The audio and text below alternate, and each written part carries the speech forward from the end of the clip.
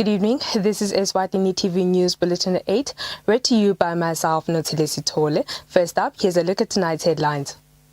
The Republic of China and Taiwan has donated TVET equipment worth over 3.9 million emalangeni to the government of Eswatini. The country will embark on a multidisciplinary geoscience mapping exercise to determine the minerals the kingdom has underground. Over 800 million emalangeni has been spent on COVID-19 response and rehabilitating infrastructure damaged by Cyclone Eloise.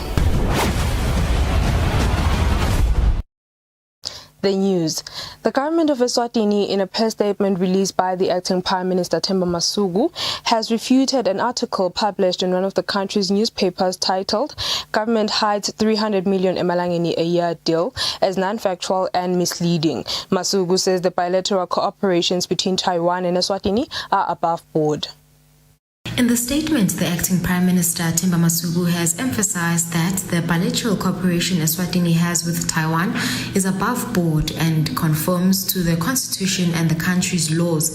The Prime Minister says it should be noted that not all development assistance is reported in the national budget, but only the assistance that is provided for direct implementation by the government, which excludes grants in kind. He says the Kingdom of Eswatini and Taiwan have a long-standing bilateral cooperation relationship dating back to 1968. He says the two countries' governments have over the years signed periodic agreements to guide their cooperation in agreed areas of mutual interest.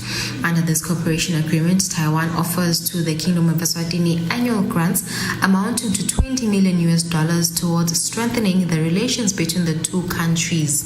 The agreed areas of cooperation include the Taiwan Technical Mission, the Taiwan Medical Mission, and others.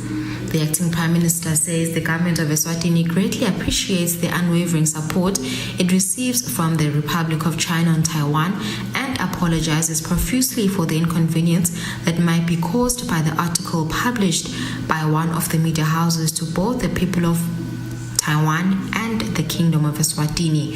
Reporting, I'm Lungile Makakula in Babane. The Minister of Education and Training, Lady Howard, who was represented by the Minister of Sports, Youth and Culture Affairs, Harris Bulunga, has received TVET equipment from the government of Taiwan worth 3.9 million emalangeni. The equipment will benefit ECOT and Kwamile Vogtim. The equipment will benefit students who specialize in electrical engineering and automatic motive. It has been donated through the government of Taiwan's project, which it launched in 2019, where it funds scholarships for students at ECOT and Kwamile Vogtim.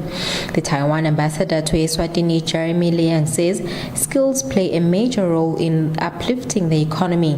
He says TVET could be the key to resuscitating the economy. Moreover, we cannot emphasize more the impact that this project will have on the economy of the Eswatini. Skills have a major role to play in uplifting the economy, and the TVET sector is a major contributor to the skilled basis. The Minister of Sports, Youth and Culture was representing the Minister of Education.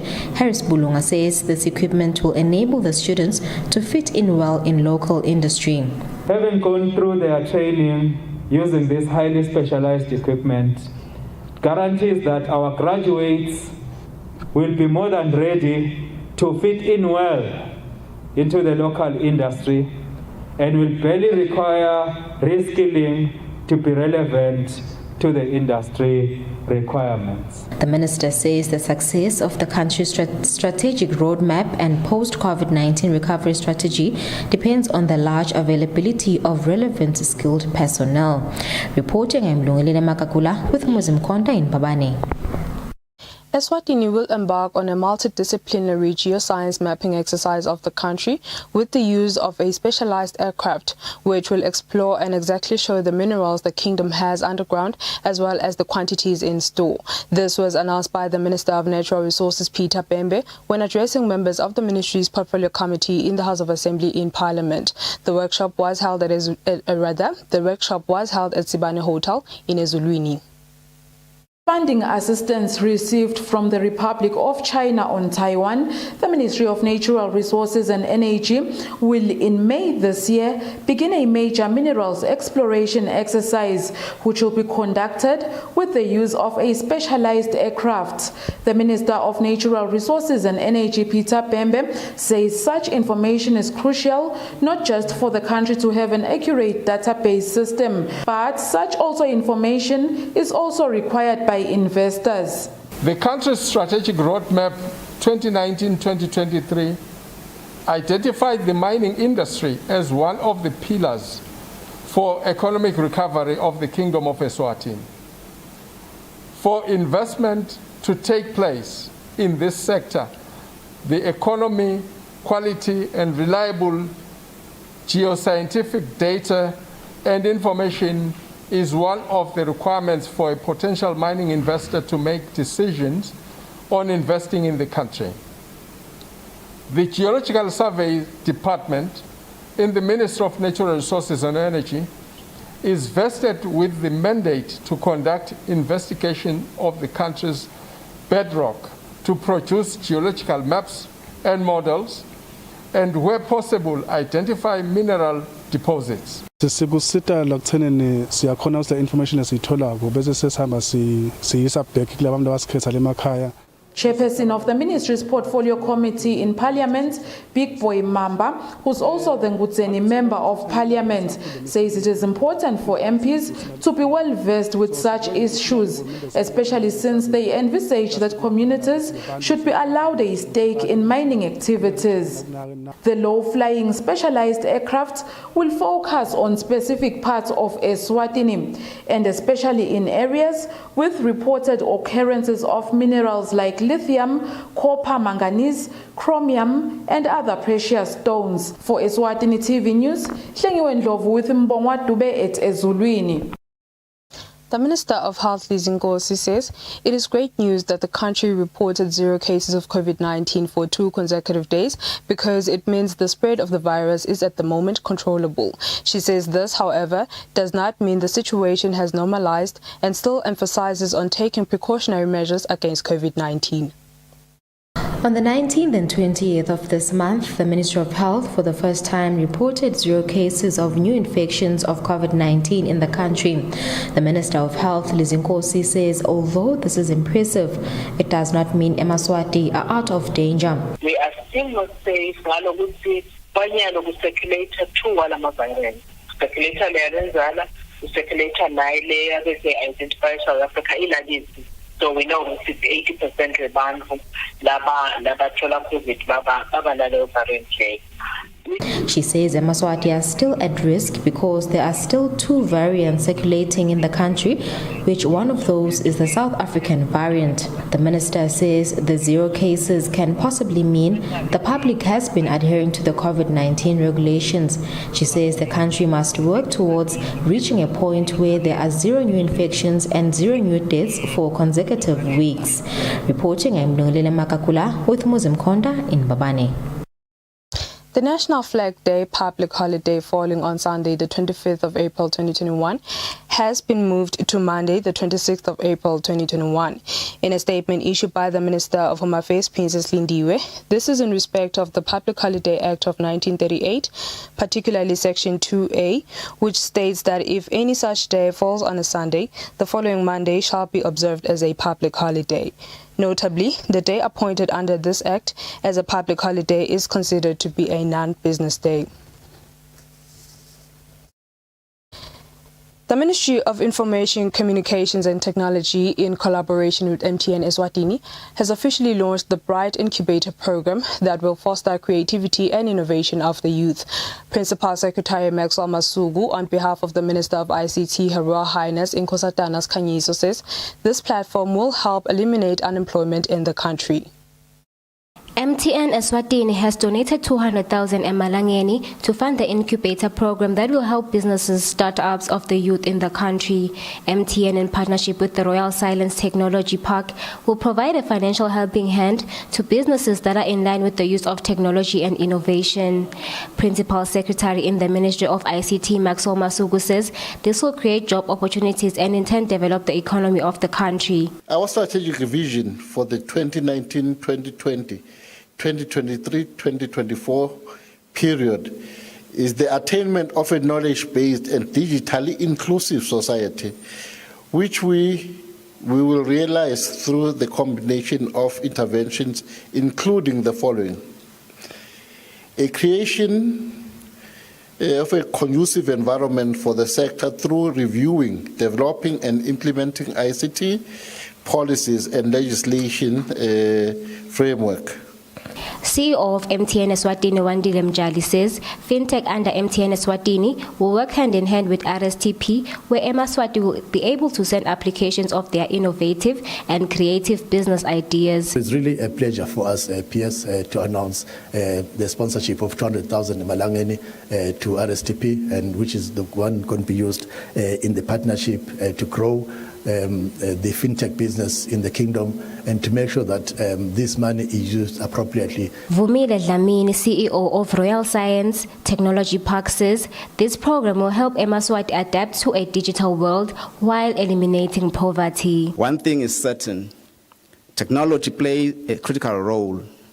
The rapid spread of new information and communication technologies, in particular mobile technologies, is increasingly making more services available to the world's underprivileged. These initiatives rest on partnership which bring together leadership, expertise, experience, and funding. Businesses will be fully assessed before financial support is offered. Reporting for Eswatini TV, Nomalungelo Jele in Baban. Over 800 million emalangeni has been spent on COVID-19 response since its outbreak, as well as the money used to rehabilitate infrastructure damaged by Cyclone Eloise. This information was revealed by the National Disaster Management Agency Chief Executive Officer Russell Dlamini during a news conference. Government, through the National Disaster Management Agency, has spent 898,875,611 emalangeni as COVID-19 response. NDMA Chief Executive Officer Russell Dlamini says 25 million emalangeni has been used in the COVID-19 relief fund to pay 24,645 workers, whereas 21 million emalangeni was spent. We know that the fight is not over. We know that COVID still continues, but we thought that this information should be provided to everyone who might need it. In total, government has provided 325 million emalangeni directly to NDMA for us to use in the fight against COVID-19. And then we have development partners that have also contributed 333 million. We have the Cash Foundation that has contributed 188 million. Then we have civil society organizations like OSISA and Kango and World Vision that have, and the Red Cross that have provided support amounting to 15 million emalangeni. And in total, the COVID-19 response has costed more than 898,875,000, which is just short by a few hundred thousands to get to 1 billion emalangeni. Dlamini says 24 million emalangeni was channeled for operations at the Lubombo Referral Hospital, while 53 million emalangeni was used for isolation and quarantine. Dlamini added that 11 million emalangeni was used to put fuel on COVID-19 response motor vehicles, while businessman Nati Cash donated over 200 million emalangeni. For Eswatini TV News, Fortune Dlangamandla, Babane. Senators are meeting at Simunye Country Club on a retreat to look at what they achieved last year as senators and where they need to improve going forward. The theme for the retreat is sustenance of parliamentary HIV and AIDS intervention in the face of COVID-19. Senators of the country are on a retreat at Simunye Country Club. The retreat's theme is sustenance of parliamentary HIV/AIDS intervention in the face of COVID-19. Senate President Lindiwe Dlamini says the outbreak of coronavirus has had a negative impact on many things in the country. Senators leading in these disruptive times, in times of the fourth industrial revolution, when virtual trainings and meetings are the future, it is imperative that we continue to equip ourselves with understanding these current times with more training and more engagement. The UN agencies are supporting the country to achieve the country targets for universal access to HIV prevention, treatment, care, support, and to halt and reverse the spread of HIV. The UN AIDS Country Director Rose Craig pleaded with senators to assist in speaking out against stigmatization, discrimination, and gender equality.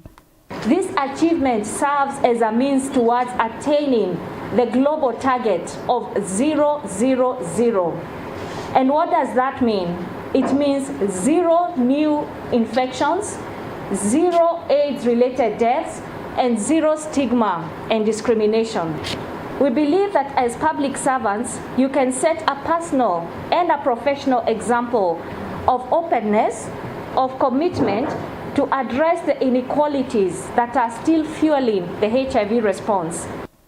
Parliament's Director Research Jabulile Malaza spoke about Parliament's overview and roadmap.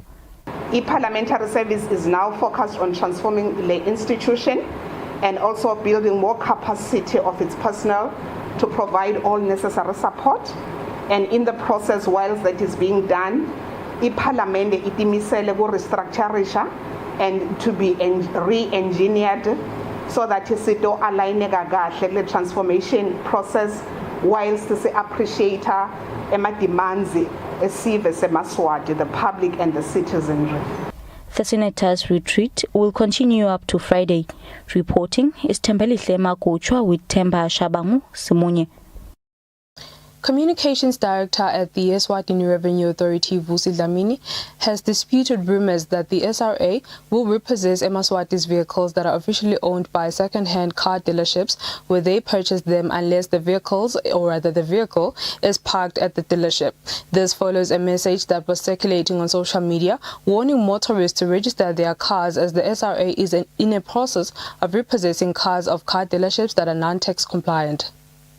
The message has been circulating on WhatsApp since Wednesday morning. In the message, motorists who purchase their vehicles at second-hand car dealerships are warned to register their vehicles as soon as possible before SRA repossesses them, as it is alleged that the dealerships owe SRA millions of emalangeni. The message continues to reveal that the SRA will also repossess all cars officially owned by the dealerships but are in possession of those that purchase them. Communications Director at SRA Vusi Dlamini has disputed the contents of the message. He says it is a fact that the company is on a tax compliance check process. The customer who bought the car and the seller, that's an issue between the seller and the buyer really, where if as long as at the end of the day what we are talking about as the item or the good or that motor vehicle was declared properly when it came into the country and all the taxes and duties were actually paid, and there's that proof that those taxes were actually paid, I don't think that there should be an issue. But in an event where those goods actually were undervalued, and we have seen a lot of that in this particular sector where goods are actually undervalued, you will find that at the end of the day, if we discover that those goods were actually undervalued, it means we still have to go and ensure that particular item actually is declared at the right value and taxes are paid accordingly. But what I would say is that in an event, because I hear that some of these dealerships are probably closing, what we would advise is that that's a matter between the buyer and the seller, and they should ensure that they engage with those dealers and ensure that they clear or they do the change of ownership, which is a process that is necessarily outside of the SRA. The SRA has not and will not repossess vehicles from car dealerships. Instead, he urges motorists to ensure their car documents are in order to avoid any problems. Reporting Mlungilile Makakula with Muzim Konda, Zuluni. The Southern African AIDS Information and Dissemination Service has officially launched the National Caucus meeting, which aims to prevent the youth from unwanted pregnancies. SAFAID's country representative Mandisa Zwane says this meeting also hopes to end unsafe abortion, which leads to death. In the meeting, which was held at Happy Valley, Onilobamba and Manzini youth leaders were capacitated whom in return will spread information obtained to their peers in their communities. Similar meetings are being held by other Southern African development countries under the theme My Choice, Our Choice. Southern African AIDS Information and Dissemination Service country representative Mandisa Zwane elaborate about the meeting and its importance. Further to this, we're going to embark on major advocacy to look at restrictive laws in terms of access to SRHR, which is access to sexual reproductive health rights for young people. We're also going to continue to advocate for upscaling access to family planning commodities for adolescents, girls and young women, because we do realize that as long as we have a relatively high unmet need, we're going to see early and unintended pregnancies. Manzini North Member of Parliament Makford Sibanze, who is also one of the 5 champions from the 16 SADC countries, says as a lawmaker he will assist by lobbying for laws which will address all the issues raised by the youth during the meeting. Whereby we are trying to create awareness about the autonomy of the feminine body. And as a legislator, of course, I will be able to lobby my colleagues, and I will be able to even lobby the responsible ministry, the Minister of Health, on coming with policies that make this applicable. So basically, it's going to be a long drive to reach at least so many people so that they have got a deep-seated understanding about the autonomy of the feminine woman. Other topics which were deliberated during the meeting include sexual and reproductive health rights. For Eswatini TV News, Fortune Dlangamandla, Ezulwini. The Office of the Ombudsman of Financial Services has renewed its partnership with the Conciliation, Mediation and Arbitration Commission, CIMAC, by way of signing a Memorandum of Understanding. The Memorandum of Understanding was signed by Ombudsman Nondumiso Smelane and Acting CIMAC Director Nelson Mjali. Through the Memorandum of Understanding, the Office of the Ombudsman of Financial Services and the Conciliation, Mediation and Arbitration Commission, CIMAC, will work closely in addressing the different complaints forwarded to both entities. Ombudsman of Financial Services Nondumiso Smelane says her office and CIMAC have worked quite closely before, as both entities share strikingly similar mandates. She says the renewed partnership will increase service delivery efficiencies. CIMAC has her offices now actually placed within all the regions of the kingdom. We only are physically placed here where we are in Mbabane. And we have then approached CIMAC, seeing that we could benefit more in the working together with CIMAC in terms of even affording us reach to the places where we are not physically placed currently. Acting CIMAC CEO Nelson Mjali says the MOU will also help facilitate skills sharing between employees for improved service delivery. Being placed strategically in all the regions in the country, we are able to facilitate access to the people that we serve so that we're accessible. And that is one of the channels that have been identified by the Office of the Ombudsman to actually facilitate the referral of cases which can be received by CIMAC. The Ombudsman of Financial Services says for both entities, skills sharing as well as the exchange of working tools is an integral part of their work. For Eswatini TV News, Ndlovu with Mbongwa Dube in Mbabane.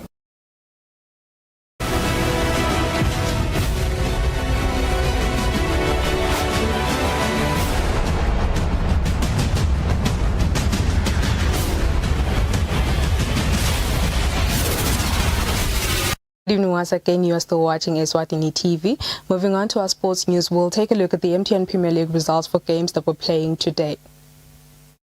The MTN Premier League games continued across the country, where the teams are now in Game 8. Down at the Kings of Buza Stadium in Hlangano, Manzini Sibets played to a goalless draw against Babane Swallows. At the Kilani Stadium, Tamboti FC were able to get a 2-2 draw against Pickspeak Black Swallows. And at the Mavuso Stadium, Milling Hotspurs played to a 1-1 draw against New Boys Tinyosi FC. And Grimamba continued with their fine form when they were able to beat Denver Sundowns by a goal to none. Down at Tabangolo Stadium, Mhlume Pacemaker held Mbabane Highlanders to another draw with a 1-1 score. At the Prince of Wales, Royal Leopard made light work of another New Boys in the Premier League, Tabangolo Kalis, where they humbled them by 4 goals to naught. And at the Mayaluga Stadium, Young Buffaloes also continued playing well when they beat struggling Wanene Pirates by a goal to naught. Malandi Chiefs recorded their first win of the campaign when they surprised Manzini Wanderers by beating them 2 goals to 1.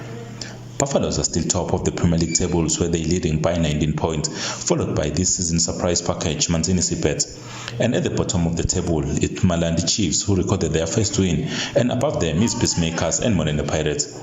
Reporting for Eswatini TV Sports News, I am Patizwe Msibi, Mbabane. The Eswatini Athletics Association Vice President Harry Malinziza says for the association to be able to fulfill their 2032 ambitions of winning gold at the Olympics, they will need to practice good governance. Malinziza was speaking when introducing new goals for the association in Babane. Local athletes are still struggling to perform at the highest level, more especially in games like the Commonwealth and the Olympics. The Eswatini Athletics Association this past weekend in a retreat came up with new objectives, with the biggest goal being getting gold in the 2032 Olympics Games. Presenting the new objectives was the association's Vice President, Harry Malinziza. We also have goals based on our governance, goals based on our membership, that is the clubs we have, goals based on our athletes who has brought us together to be here we are, goals based on our technical personnel, that is the coaches, and also goals based on resources, that is finances. For governance, we want to establish clear levels of oversight and accountability for the various decision-making bodies to ensure that powers are exercised appropriately and consistently with the objectives and functions of the Federation. As for our members, that is the clubs, our goal is to have well-structured and functional clubs throughout the entire kingdom. And for the athletes, is to increase and sustain the number of youth and sub-youth athletes in the sport, as well as take them through the elite athletes. The association also announced that they will be hosting the national championships on the 22nd of May 2021 with 2 build-up games starting this coming weekend. Athletes are expected to at least participate in 1 build-up competition in order to be able to participate in the main championships. Reporting for Eswatini TV Sports News, I am Patizwe Msibi, Mbabane. That's all for now. Before we conclude, let's have a look at tonight's headlines. The Republic of China and Taiwan has donated TVET equipment worth over 3.9 million emalangeni to the government of Eswatini. The country will embark on a multidisciplinary geoscience mapping exercise to determine the minerals the kingdom has underground. Over 800 million emalangeni has been spent on COVID-19 response and rehabilitating infrastructure damaged by Cyclone Eloise. And with that, we sum up our bulletin for the evening. Up next is a weather update from myself and the crew here at Eswatini TV. Thank you for watching. Good night.